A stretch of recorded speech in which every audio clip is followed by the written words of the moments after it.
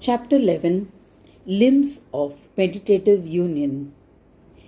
Iti te katito rajan prasadad yoga uttama Sangopam savistaro anadisiddho maya priya. Goes on to elucidate the term Sangopam. Supraconscious meditative union is an important limb of yoga, and superconscious meditative union is a sub-limb. The other yogas that lead to actualization of the experience of being in the state of other Brahmas come under both the limbs. All these tools aid in the attainment of Brahma with attributes or without attributes. One should definitely contemplate on them. This yoga was created much before the play of superconscious and supraconscious meditative unions. The moment we say play, automatically there is an acceptance of the illusory nature of Maya. In the spiritual practice of superconscious and supraconscious, the sadhaks with goals of attaining the experience of the state of different types of Brahma realize the need to begin distancing themselves from the enchantments of Maya and become absorbed into the Paramatman. Poorna Yoga has proved to be a useful tool for them in swimming over the ocean of Maya. This is the significance of its beginninglessness. You as a Raja had the pleasure of hearing the Poorna Yoga because you asked the first question with earnestness. Besides, you are an extremely dear person to me. That is why I have told you the Supreme Yoga, which I have not told to anybody else. Make use of this as a useful tool. Bhungsha yogam samakyatam nakyatam kasya chindrupa gopayainam tatas siddhim param yasyasya nuttamam. Shri Gajanan Prabhu says, I have narrated Poorna Yoga to you in a very nice way. You should practice it step by step. Give up the 5 types of vagaries of the mind at the feet of Chintamani in your mental vital consciousness matter and do the spiritual practices. You will then be able to attain the siddhis and become the most excellent of yogis. I have not told about this yoga to anyone else. You might then ask, you have told me that you have given this knowledge to Vishnu. Then how is that true? To answer this question, I had manifested in the hearts of Vishnu, and while remaining there, I had given him the inspiration. I did not take a physical embodiment and teach him the yoga. However, now I have manifested as Gajanana and am actually present before you and instructing you into this yoga. Understand the significance. Now follow these instructions fully. Make the necessary resolutions and take the required steps to actualize this yoga. This is how you actually follow it. You must do that, and only then will you definitely get the siddhi of Yoga Shanti. You can get no greater siddhi than this. After saying this much, Shri Gajanan Prabhu became self-absorbed. This concludes the conversation between Shri Gajanan Prabhu and King Varenya. Thereafter, how did King Varenya carry out the yogic spiritual practice? And how did he attain the psychic powers? This is given in the dialogue between Vyasa and Sutta, which begins from Shloka 37. Vyasa uvacha iti nasya vacha shritva prasannasya mahatmana Ganeshasya varenyasya chakarascha yathoditam. Vyasa says, Sutta, after Shri Gajanan Prabhu became self-absorbed, King Varenya happily began his spiritual practices as per the instructions given by Gajanan Prabhu. Where different kinds of differences end, such abheda, non-differentiation, is also of different kinds. Therefore, the collective of all abheda, that is, the Ganas, have Ganesha as their Lord. What is meant here is that the Lord of abheda and his Swami, beyond which no abheda remains, is Ganesha. He is the Mahatman. There is no Mahatman beyond that because he alone is Brahmanaspati. He is pleased only after gaining strength through several lifetimes of service. He who gets that name, namely King Varenya, listens very carefully and with great interest to all the instructions of Shri Gajanan Prabhu. After acting on it letter by letter, he attains yoga of enlightened peace and becomes fully blessed and grateful. Tyaktva rajyam kutumbam cha kantaram prayayorayat upadishtam yadha yoga masthaya mukti mapnuyat. Sutta asked Vyasa, what method did King Varenya follow in his spiritual practice? Please tell me that portion in detail. King Varenya's application of the instructions. In order to fulfill the earnest desire of a student, Vyasa replied to Sutta, at the place where Shri Gajanan Prabhu killed Sindhurasur, at that very same place, King Varenya listened to the Ganesh Gita. Thereafter, when Shri Gajanan Prabhu returned to Swanandaloka, King Varenya returned to his capital in the town of Mahashakti. He handed over the administration of his kingdom to his ministers, and giving up his entire family, he expeditiously, almost instantaneously, without wasting even a single moment, went to the forest. The first thought that came to his mind after going there was, I am a Kshatriya, but how did I get to be born as a Kshatriya? Who gave me this bondage? In reality, I am verily the Atman Ganesha. I am not different. Then how did I get this status as King Varenya? Who did all that? I am the Atman Ganesha. I am always separate from this body. Then who made me this as the Dehi? How did I get connected to this body named Varenya and all its joys and sorrows? Who made it happen? It was due to the pride of this body that I became this body. It has to be destroyed.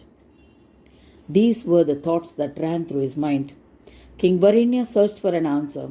He realized that it was due to the mindness of the body that the false pride became all-encompassing within him. It has made me the king of this town, of this body and of mine. It is not due to the discriminatory knowledge of the Atman by the Atman. So, with a firm resolution, he considered his own body to be a fort and his pride as its king. He made 4 forts on all 4 sides with squares within the 4 points and began enjoying the kingdom of his body.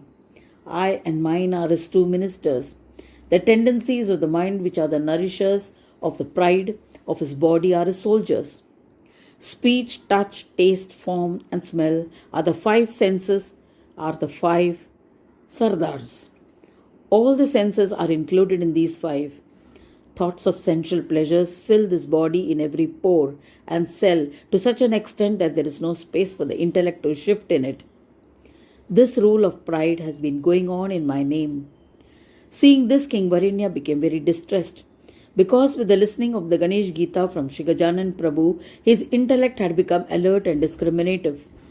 He reflected, my connection to this body is only to the extent of being the witness. When this realization became firm, the illusory pride of the kingdom would not satisfy it. This pride is the enemy of the Atman in me, who is Ganesha. He has created enough confusion and realized that he will have to wage a war, huge war against it. Accordingly, he started gathering his soldiers around him and began filling himself internally with sattvic feelings. To assist him in that, he began the worship of Ganesha. Knowledge means absolute discrimination and detachment. He took hold of these 2 ministers in his hands and, according to his Varnashrama Dharma, started Ganesh Satsang, a service in solitude, observing the daily duties and service to the Guru.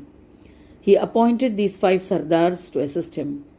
The changes to any of them were considered his soldiers. As a true sadhak, King Varenya became fit for war. He started recitation of the Ganesh Kavat Sutra as a daily routine, which proved to be his protector. After chanting the 101 names of Ganesha, he made plans to equip himself with the necessary weapons and tools. Not only did he recite the different praises and salutations to Ganesha, but he also got his army to recite them. When he became endowed with such strength, he became the best of devotees, and Ganesha found a space in the chariot of King Varenya's heart. The instructions of the Ganesh Gita are the weapons in the form of mantras. Devotion to Ganesha became his charioteer. The Ganesh Kavat Stotra and others became the 5 ornaments which formed an important part in the worship of Ganesha. Due to the application of the instructions of Shri Gajanan Prabhu, his first blessings came in the form of good wishes. Thus King Varenya's resolve, contemplation and spiritual practices of worship tilled the land of his mind and heart. This resulted in the attainment of psychic powers, armed with which he devised means to regain the town of his body, which was taken over by his ego. He called out for a competition with his enemy. The army in the front started attacking the fort. Behind them was a contingent of elephants. Behind these were the horses, which were followed by chariots driven by soldiers. In the main chariot was the sadhak, namely King Varenya, who was well entrenched in the worship of Ganesha. He blew the horn of determination of the essence of Ganesha, and innumerable conches began resonating from all 4 sides. This frightened all the inhabitants of the towns of the Deha, who complained to the ego. The moment he heard of it, he came to the battlefield and began to fight. The terrible war within, the rivalry with one's own self began. Pride was the first to be attacked, and instantly it ran away along with the soldiers who ran helter-skelter. Next came the 5 sense organs in the form of 5 sardars, who marched ahead with their troops of horses, who fought with great valor. In the beginning, they attacked Varenya's army, causing much harm. From this, we can deduce that when ordinary resolutions yield through fear in front of the greed for sensory pleasures, the force of detachment becomes less formidable. The 5 sardars of Swadharma took their batch of horses, moved ahead, and broke open the sensual feelings through devoted service, and very carefully carried out disciplined spiritual practice. Seeing them, the 2 ministers of pride, namely I and mine, moved ahead and attacked the 5 sardars of Swadharma and felled them unconscious. However much the strength of detachment was increased, the force of I and mine were not leaving easily.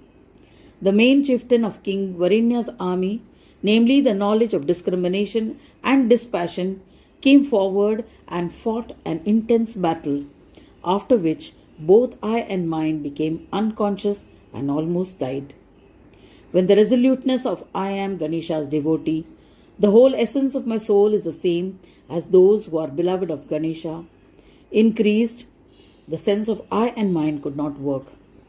Seeing that, the Maharaja, pride itself, came before Varenya to fight.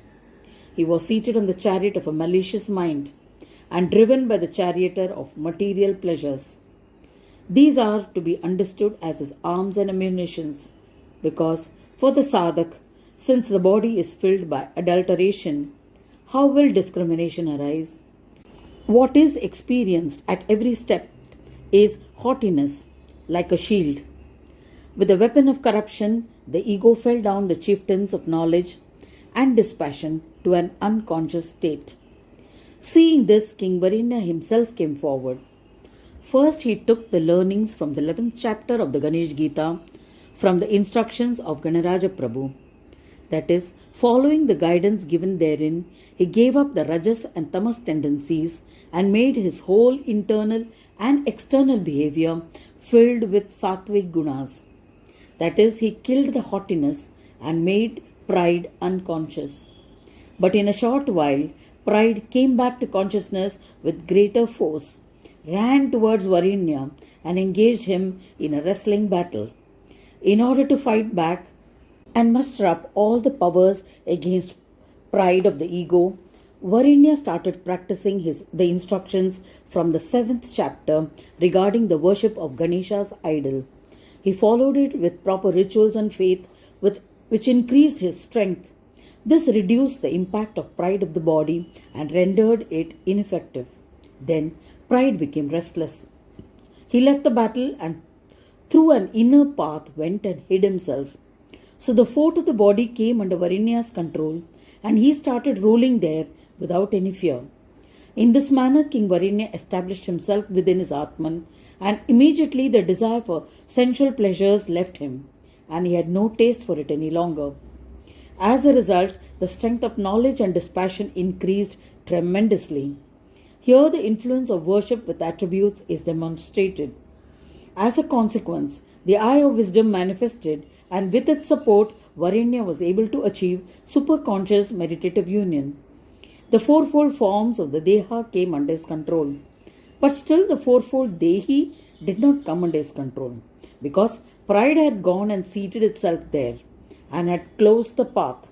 So thereafter, war ensued with pride. Due to the manifestation of the eye of wisdom and the experience of superconscious meditative union, knowledge of being different from the fourfold Deha and the consciousness of I being Brahma arose. But pride did not give up so easily.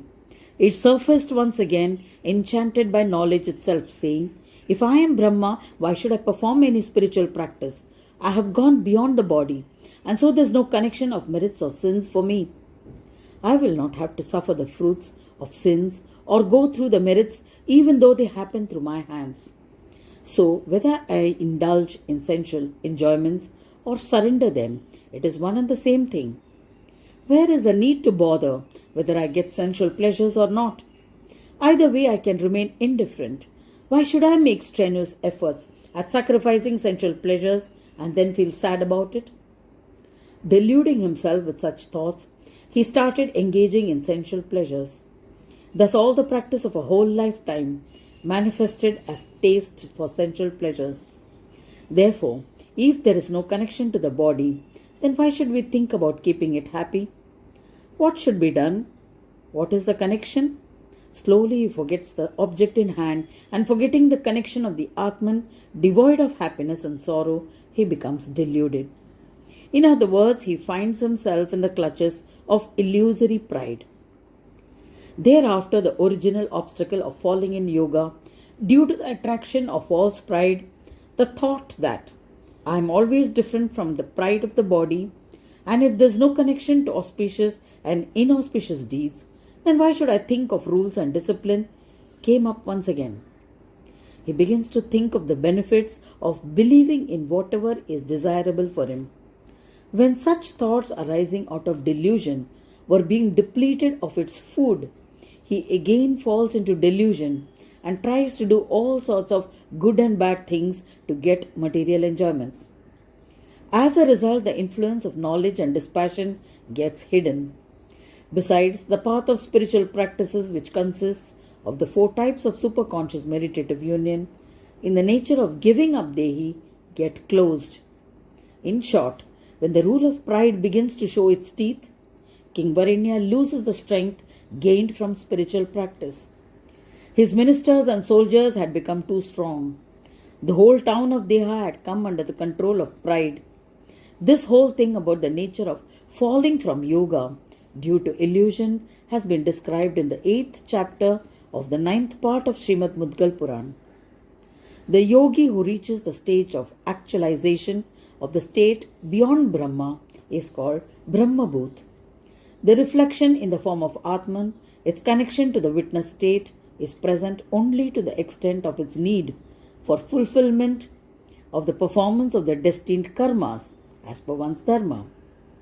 Due to the influence of previous study and practice, the desire for material enjoyments rises in his buddhi, and he becomes attracted due to illusion. But it is in the nature of reflection. When he is directed to different kinds of material enjoyments, he becomes inclined to engage in them. In other words, a yoga sadhak falls out to the practice of yoga, owing to his becoming a prey to the enchantments of material enjoyments. One source of attraction is the fixation in his mind on thoughts such as, "It is due to my yogic spiritual practices that I have attained the state of liberation. I have no connection to merits and sins whatsoever. Then, why should I censure myself with thoughts of prohibition and unnecessarily sacrifice material enjoyments and suffer in the process?" With these kinds of delusory thoughts, he starts getting into material enjoyments and progressively becomes devoid of peace, thus falling in yoga. Here, the thirst of attraction is to be understood as if There is no connection to the merits or sins of the actions done by the body. Then why should there be a need for bodily pleasures or rejection of sorrow? How do the relationships of such happiness and sorrows come to a sadhak yogi who is identified with the Atman? The intellect which thinks of such a possibility is delusion. There are several things that deserve a deeper thinking on this subject. When King Varenya became aware of all this, he became thoughtful. I am one form, the Atman, which is verily the form of Ganesha, who is the truth. All interactions with the world have always been false. Then where is the space for a different happiness? Then who is happy? Who is unhappy?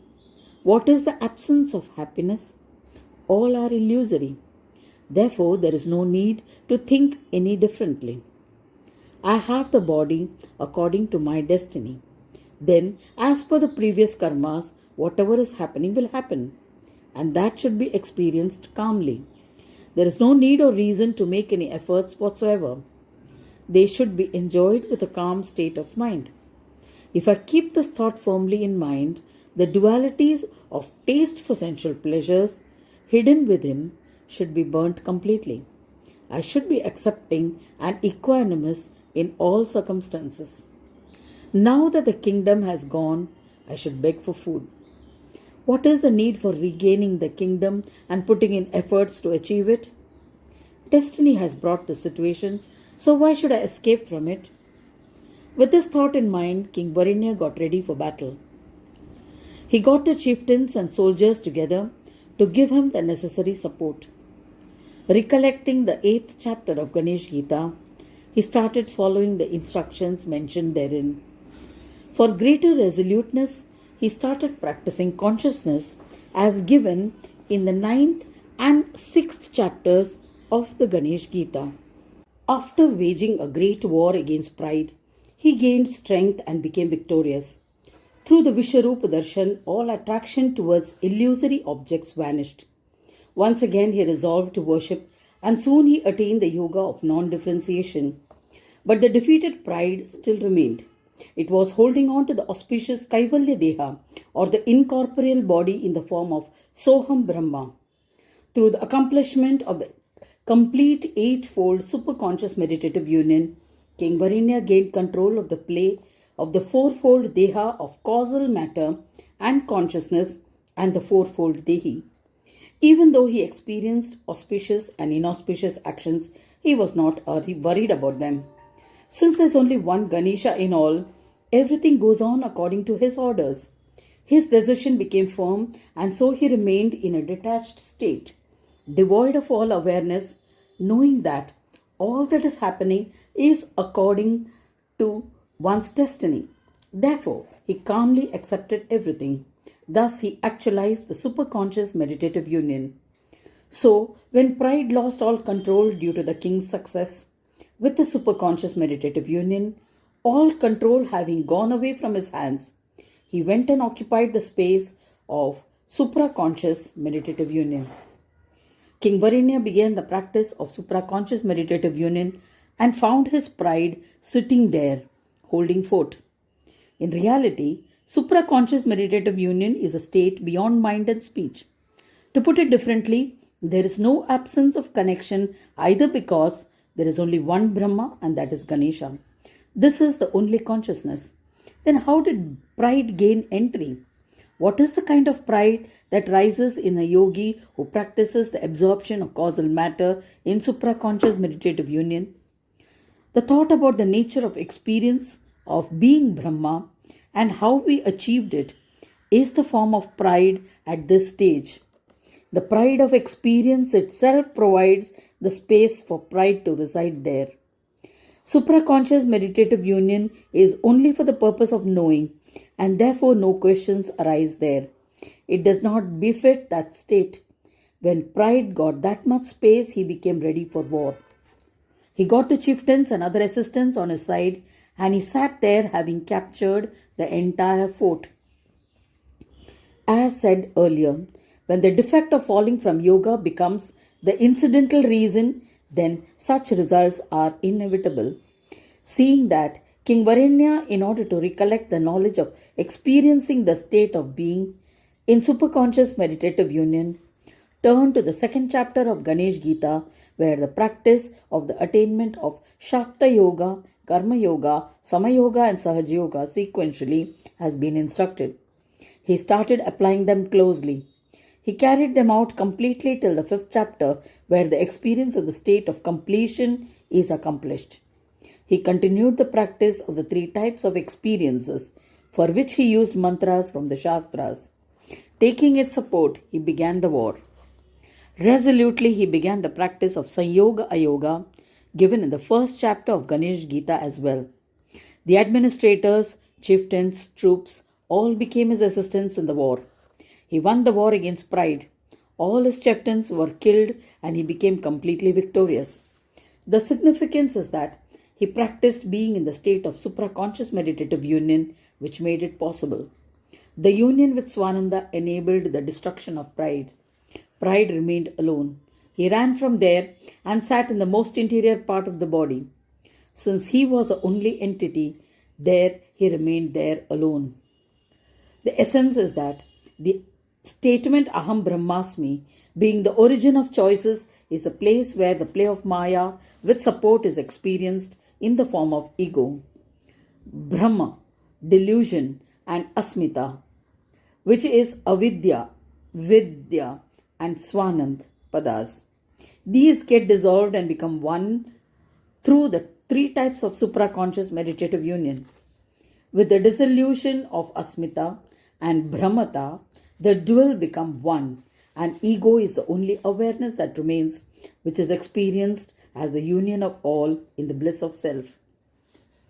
With the actualization of supraconscious meditative union and the consequent dissolution of causal matter, the situation is the reversal of what is experienced in superconscious meditative union, where there is an understanding of how that which was one became many. When the many goes away, the one does not exist separately. One experiences total bliss of self in the Sanyoga. This results in pride remaining alone. In the inner fort, he experiences that everything is Swananda. It becomes clear that he is alone. If the three experience of being are auspicious, pride has to leave the place and run away. So King Varenya became self-controlled. In this manner, he accomplished the entire experience of superconscious meditative union, and then he became the being of Brahma. He had neither any choice nor any resolutions in his mind. The statement, Aham Brahmasmi, melted away. Then his state is that of Poorna Yoga meditative union. How is this the state of Brahma? Being conscious of this would mean that there is a different opinion. This means that a person established in Swanand knows that there is a different position. It means that Ganesha is different and we are different. Such awareness does not happen in Swanand. Even to make this effort will get burnt in the experience of Swa. So if we end this tendency for changes in the mind, it means that we have mastered self-restraint. In supraconscious meditative union, the power of concentration is seen explicitly. There the mind and speech attains completion. It gets absorbed in the experience of complete supraconscious meditative union. Then there is no effort at all. Contemplating in this manner, King Varenya became completely free. This means that the melting away of resolution and options of knowing Brahma itself does not remain. When one has attained the complete experience of meditative union, it means that one has attained the state of Sarva Swananda Sanyog, wherein Sanyog gets completely retired in Ayoga. Thus, there is no entry of Swananda, and when that happens, there is no Shanti. King Varenya then started thinking about that which is beyond Sanyoga Ayoga, beyond all dualities.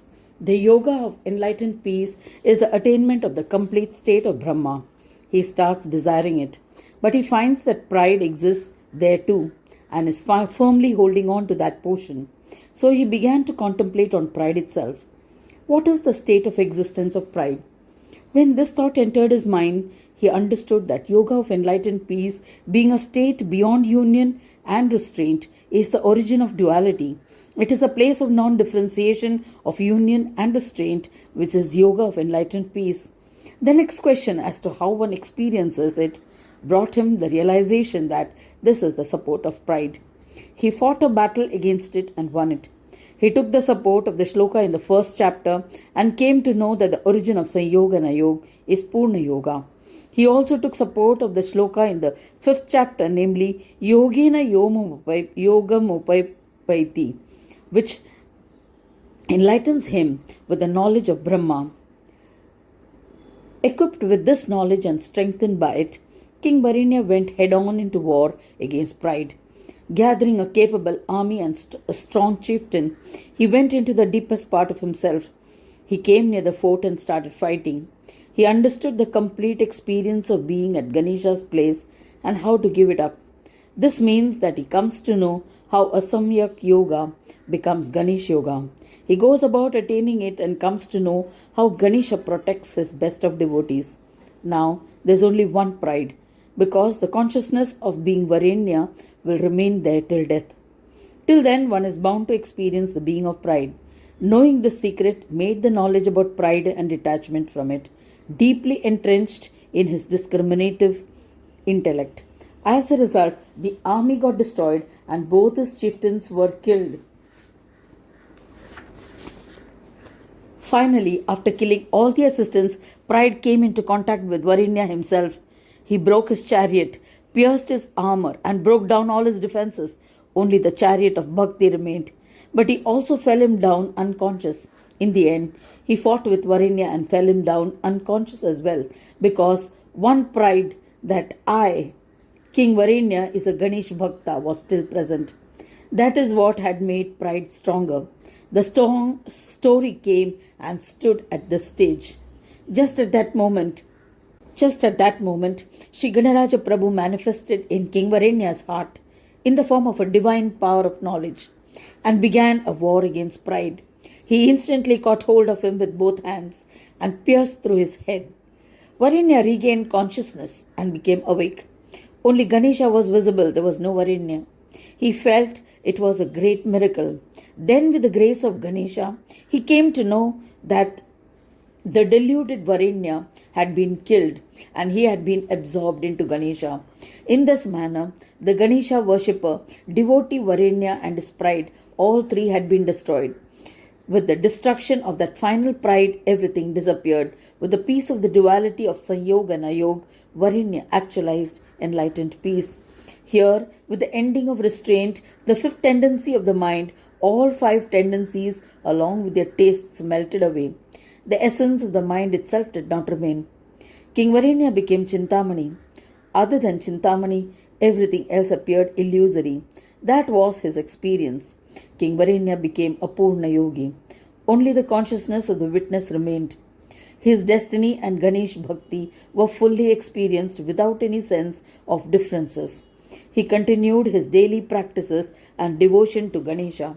He studied the 10th chapter of Ganesh Gita and continued to remain a Ganesh devotee after attaining the position of a Poorna Shanti Siddha Yogi.